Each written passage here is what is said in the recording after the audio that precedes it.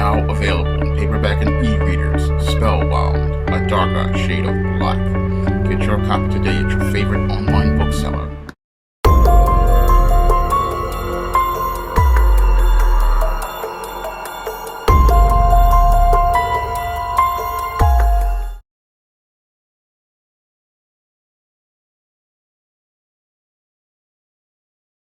News. Now, breaking news, these 7 people all charged with murdering a 20-year-old mother from Jasper. Someone found Mahogany Jackson's body on Monday in Birmingham after she had texted a family member that she had been kidnapped. Our Bria Chapman was at a press conference held by Birmingham police this evening. The chief not mincing his words when discussing this case. Scott Thurman describing the murder of Mahogany Jackson as disgusting and one of the most heinous crimes that he's seen throughout his career. And not only was Jackson shot and killed, she was also sexually assaulted by multiple people. Now there are 7 people under arrest facing charges for felony and capital murder and also kidnapping. And Chief Thurman says all of the suspects were acquaintances of the victim.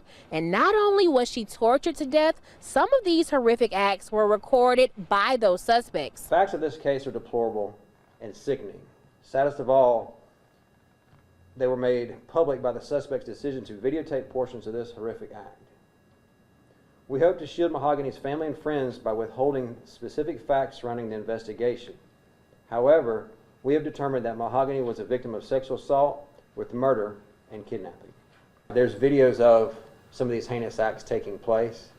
And that's something that was a pivotal piece of the investigation. And with 7 arrests in 48 hours, Chief Scott Thurman is commending the people of Birmingham, saying that you all answered the call. And now these suspects will await their day in court while Jackson's family prepares to lay her to rest. And they'll also honor her life tomorrow night with a vigil. Reporting in Birmingham, I'm Bria Chapman, WBRC, Fox 6 News on your side. We're learning who police believe fired the shot that killed Mahogany Jackson. Our Jen Horton, and they're in court as 6 of those 8 suspects were in court today, Jen. Jonathan, this is one of the few things that we don't have on camera, one of the few things that happened to Mahogany Jackson that police just don't have cell phone video of.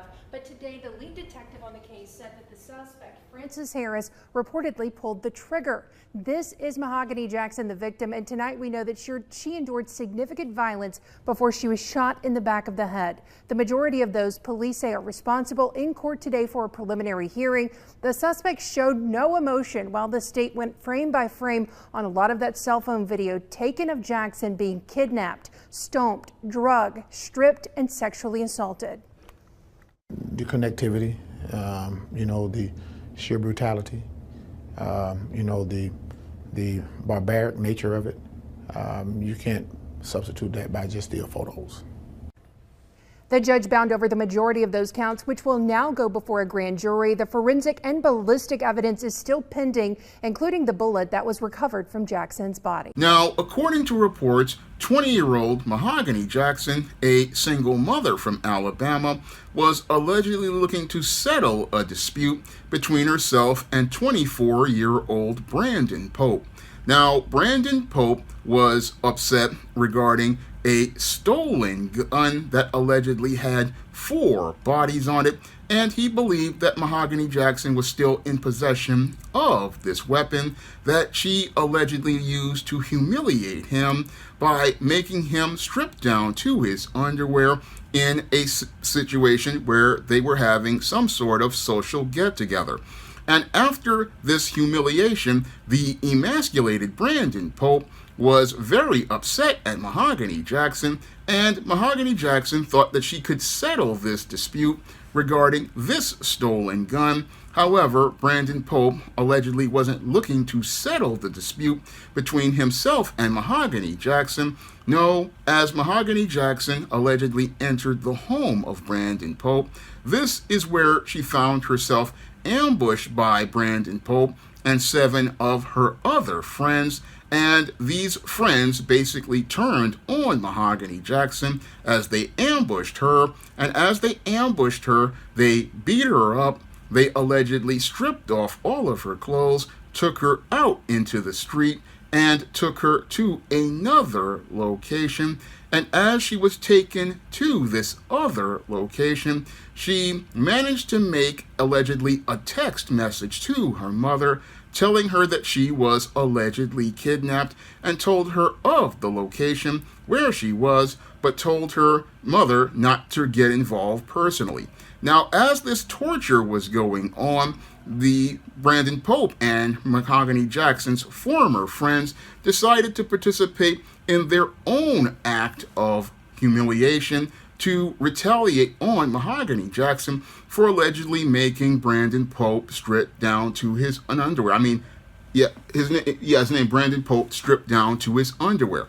And in an effort to get revenge on Mahogany Jackson for allegedly humiliating him in the social circle and emasculating him, this is where Brandon Pope allegedly looked to sexually violate Mahogany Jackson by making her participate in oral sex by having a gun to her head, and having members of her group of friends participate in both heterosexual and lesbian oral sex by humiliating Mahogany Jackson, and several members of the group also participated in sodomy on Mahogany Jackson. Now, this entire incident of violating Mahogany Jackson was all about humiliating her for the humiliation that Brandon Pope received.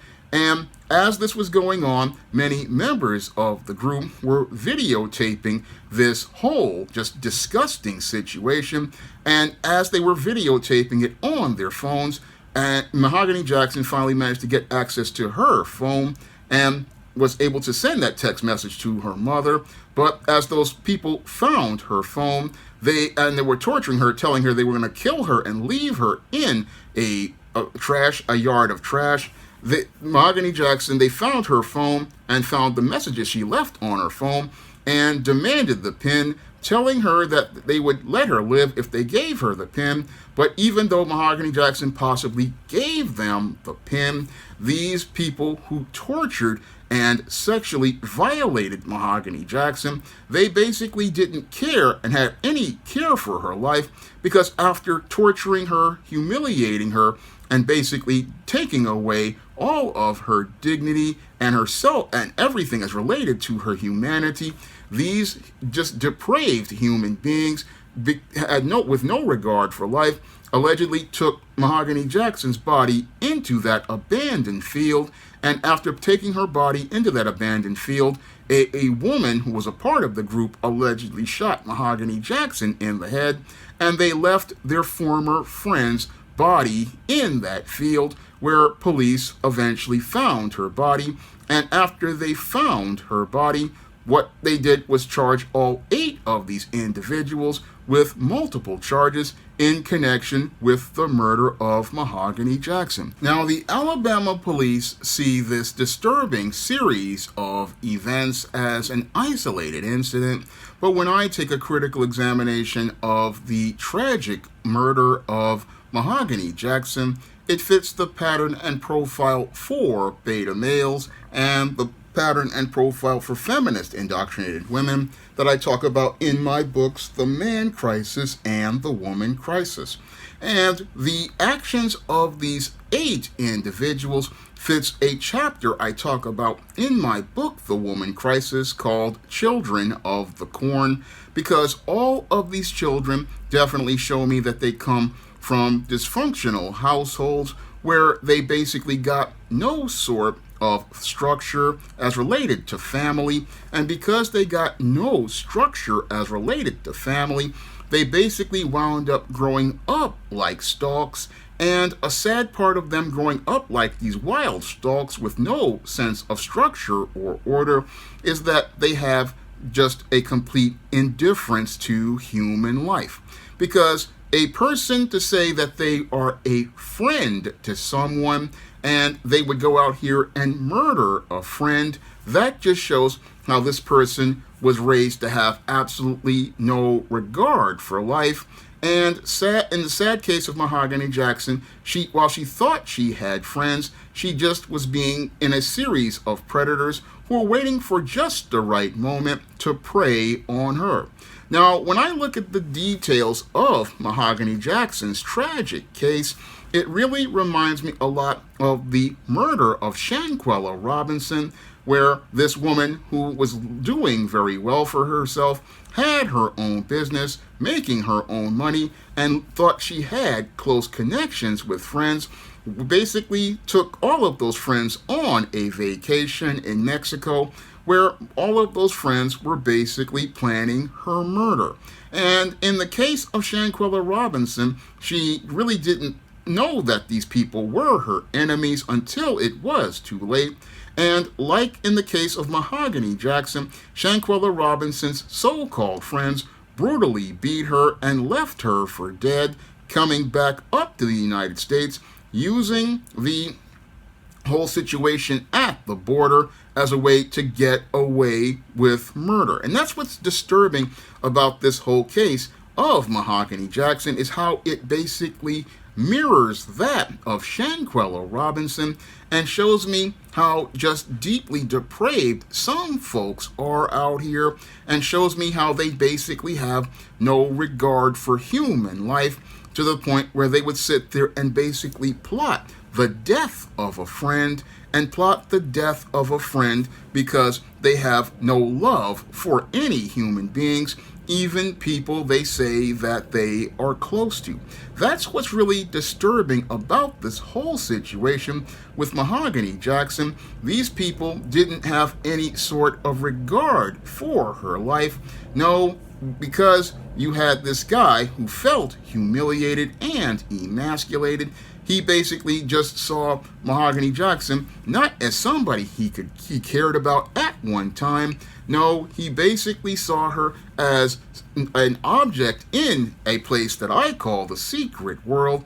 And because that object had the audacity to go and participate in an action that he felt offended by, he sought to get revenge with malice aforethought. Now, what's even more disturbing is that all 7 of the other friends did not push back on him and think about things as related to their own intangibles of manhood and womanhood. No, none of those people thought about their intangibles of their health or their safety or even their freedom. It was all like a mob mentality. They felt that, oh, this person who in the pack was slighted, and since this person in the pack was slighted, they wanted to go out here and take the life of that individual and take away their power. And I think one of the motives for taking away Mahogany Jackson's life wasn't just the fact that Mahogany Jackson was out here and humiliated this dude, allegedly. I believe she was also targeted because she was basically looking to move her life forward, because according to some reports, Mahogany Jackson allegedly was looking to try to move away from this social circle of pack animals, and because the people in the pack basically were like crabs in a barrel, they did not want to see the single mother rise or pull out of the circle and have more success than them. And because they wanted to maintain their power as related to their whole criminal mindset and thug culture, these individuals who were basically beta males and feminist indoctrinated women, they basically planned with malice aforethought to look to eliminate the life of Mahogany Jackson by participating in this whole just disturbing series of events. And this disturbing series of events, this wasn't just about getting even. This was all really about taking power away from Mahogany Jackson, because the whole idea of ambushing this woman was about showing the power of the pack, and the stripping and humiliating with the sexual violence. That was all about power and control, and it was about showing her that she had no power in her life. That's basically what all of that was all about, and it just shows how sick and depraved all of these individuals were, because all of these individuals did not have to go to these extremes, but they went to these extremes because they wanted to have power and say that they could have the power of life and death over a human being. And that's why they basically participated in this series and sequence of events and videotaped it for all posterity to showcase how much power they have as people in Alabama. And when I look at their behavior, it's just so disturbing, because what happened to Mahogany Jackson in Alabama should trouble you, because this is the same kind of behavior that members of the Ku Klux Klan would participate in before they would go out here and terrorize a black person. But what's really disturbing about this situation is that this isn't a group of Ku Klux Klansmen who were white looking to terrorize a black person as related to race. No, this was a group of black people looking to terrorize another black person and looking to take the life of another black person in a just basically something that mirrored a lynching, because that's all I can call what happened to Mahogany Jackson. This was a black on black lynching. It was people looking to go out here and look to not only go out here and ambush a person as related to several so-called street injustices. No, this was an act of domestic terrorism, and it was an act of domestic terrorism that was meant to break down and humiliate a person and send a message to everyone around them about who had power in that neighborhood. That's what the message was sent as related to this act of terrorism. These individuals, what they wanted to do was send a message to everyone who was black in that neighborhood that this would be the fate of you if you fight against us and our crew. That's the message that is being sent with this horrific murder. I mean, this was just one of the most evil acts I have seen in my life. And once again, disturbing is, while many of us rail against white supremacy, we don't see how we've got some chocolate Klansmen participating in white supremacy by participating in behavior like this, because this is the same kind of behavior that Ku Klux Klansmen participated on our ancestors over a century ago when we were looking to get our freedom. And that's how it mirrors what happened here to Mahogany Jackson. I mean, we have people looking for their freedom, and sadly we've got these spellbound black folks who are out here participating in the same type of terrorism because they are just in this box trying to be accepted by white people by fitting into the box of being the thug and the gangster. And that's what's happening here with these spellbound black folks. I mean, you have 8 people going after one person who was looking to move their life forward according to whatever reports are out there. But these 4 spellbound individuals were looking to terrorize this woman, torture this woman, and look to take her life in a way to get power over her. And again, this is just one of the most disturbing incidents I have had the displeasure of ever doing research for, and it just made my heart sink, because this is not the way anybody should ever treat a human being. I mean, the Bible says, do unto others as you would have them do unto you, and to shake the dust off your feet from people as a testimony to them if you disagree with them. But when it came to these people as related to Mahogany Jackson, they didn't really want to do that. No, they just wanted to crucify this woman by participating in this lynching. And they participated in this lynching, and I will call it a lynching because what was done to this woman was just the same type of just horrific violence, and we need to understand why and call this violence what it is. And again, torturing someone and just sexually violating them, sexually assaulting them, that's about breaking a person down, taking their power away, humiliating them before they leave this world to say that they have no power. And it's just the most evil act. And it just shows me how this whole situation with the man crisis and the woman crisis is getting worse, because these children of the corn, because they have no family structure, what these individuals are doing is they're just depraved. They have a depraved indifference to human life. They are just cold and callous. They have no semblance of humanity whatsoever. And that's why they can go out here and participate in all of these just evil acts of, again, ambushing this woman, stripping her down, throwing her in the trunk of a car, allegedly, taking her to another location and torturing her.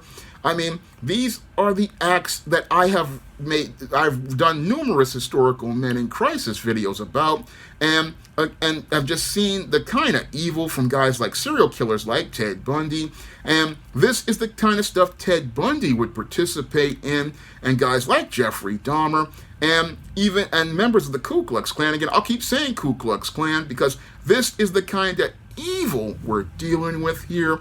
And what's really sad is that when I compare this to the murder of Shanquella Robinson, I'm seeing a very disturbing pattern as related to folks who say that they're friends but are just seething with anger, and seething with anger because that's not how a friend is. No, that's how an enemy is. And these enemies are basically codependent individuals who want to have power in the interpersonal relationship.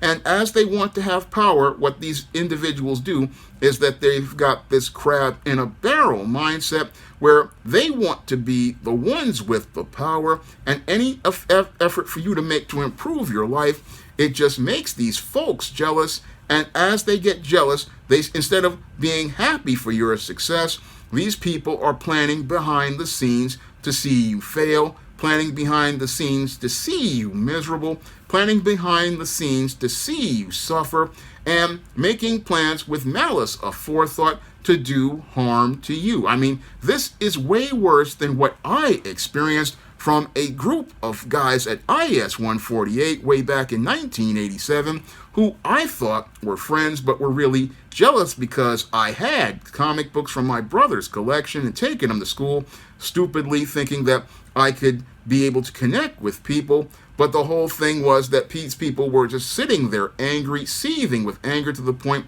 where they tried to steal my comics from me. And another guy basically almost got me arrested, getting into a fight with him. And at 13 years old, I had to learn the hard lesson to just keep my distance from people. And I could not have friends with folks because there's just too many backstabbers. And sadly, in the case of both Shanquella Robinson and Mahogany Jackson, they didn't learn that lesson, and they thought that they had friends, but in actuality, these friends were nothing but enemies, and they were looking to take their life. That's the hard lesson that both Shanquella Robinson and Mahogany Jackson learned with their lives. And when I look at their stories, it makes me thank God that at 13 I was able to wake up and realize that you have to keep your distance, because you got to learn how to read people before you get involved with them. Because in places like the Bronx and even places like Alabama, there are a lot of predators out there. And a lot of these predators, they're looking not to be a friend. They're not looking to show you respect. No, they're looking to prey on someone. And because they're looking to prey on someone, they'll pretend to be a friend until it's time to show you that they're a foe. And the betrayal is one of the worst things you'll ever experience. And the thing is that things have gotten so bad these days that these friends are just looking to take a person's life, and that person won't know what type of enemy they're running into until they sadly wind up leaving this world. And again, that's all about these people having a rush of power to say, we can basically string this person along and humiliate them. It's all about them looking to get a feeling and a sense of power. And that's what makes these people into monsters, and monsters who definitely, as I would see, based on the allegations, deserve any sentence that they receive. And they basically are going to get a sentence, because if there is alleged video that basically just confirms that they participated in these acts of violence, especially the sexual assaults, yeah, these guys are definitely going to go from being on the streets playing badasses to being bitches in the penitentiary. And as they are put in the penitentiary, all of the 4 dudes are on their way to going into the penitentiary, where they're going to try to they ain't going to be able to run that game on the CO of trying to put a mob on the CO, because the COs, they're the ones with the weapons, and they're the ones who create the rules. Not to mention, as they enter into the penitentiary, they're going to have to be dealing with the social order of Bubba, Tiny, Roscoe, Big Dave, Melvin, and Mr. Sprinkles. And as they deal with the social order of Bubba, Tiny, Roscoe, Big Dave, Melvin, and Mr. Sprinkles, they are going to be humiliated as they are traded for Little Debbie snack cakes, ramen noodles, packets of Crystal Light lemonade, packets of Crystal Light tea, off-brand Oreo cookies, off-brand lemon cookies, off-brand duplex cookies, off-brand butter cookies, off-brand sugar wafers, free prison chips, snack pack puddings, peppermint balls, honey buns, 6-pack lemon wafers. I mean, they are going to be turning these guys out, and Mr. Sprinkles is going to spray the special sauce on the front side and the back side, which when they turn him around and open him up is going to look like the inside of a glazed donut. And the females, they're going to be in there with Betty, Martha, Big Bertha, and Ms. Ice Cream, and they're going to get completely turned out. And that's when all of those individuals basically are going to reap what they sow, later than what they sow, greater than what they sow, for all the evil they perpetrated on Mahogany Jackson, a mother who basically is left this world, and her 3-year-old daughter is left without a mother. And sadly, what's the saddest part about this whole situation is that we are going to wind up in a situation, if that child doesn't get any guidance, where these children are going to be on the road to becoming the next generation of children of the corn, because the vicious cycle that started with possibly Mahogany Jackson's mother and her grandmother will continue to go on. And what's really sad is, as that cycle of the children of the corn continues to go on, what happens is that these children are just not learning the proper male life skills, or male survival skills, or female life skills, or female survival skills to be a part of a family. And as these children grow up to be wild stalks, they become filled with even more depraved indifference and more indifference to human life, and have no regard for human life because of the dysfunctional way they have been raised. And the way they have been raised in these streets have made a 3rd or 4th generation of children who are going to grow up to become children of the corn, who are going to become men and women in crisis. Now, if you want to learn how children grow up to become just twisted like what we see in this story, you can pick up my books, The Woman Crisis, The Man Crisis, and Why 70% of Black Women Are Single, on Amazon.com. And in all 3 of those books, I go in depth on all of the reasons why people wind up becoming just as dark and twisted as this, to have absolutely no regard for human life, and how this leads to them winding up in a dysfunctional life paradigm that puts them on a pipeline to a road to 3 roads. They either wind up becoming dysfunctional people who are just either going to wind up dead in prison, or just have a completely just destroyed life. And you can find all of those books on Amazon.com in paperback and Kindle format. You can also find those books at other online booksellers like Draft to Digital, Google Play, Barnes & Noble, and you can find them at big box retailers like Walmart and Target. And if you'd like to see me make more videos about the Man Crisis and the Woman Crisis, you can send a donation to the Patreon, the PayPal, or the Cash App by clicking the links in the description box. That's all I have to say for this video. You can comment, rate, and subscribe. Now available in paperback and e-readers, John Haynes, 1987. Learn lessons about life and teenage love in the 1980s in this coming-of-age John Haynes story. Get your copy of John Haynes 1987 in paperback and e-readers at Amazon.com and online booksellers everywhere. Now available in paperback.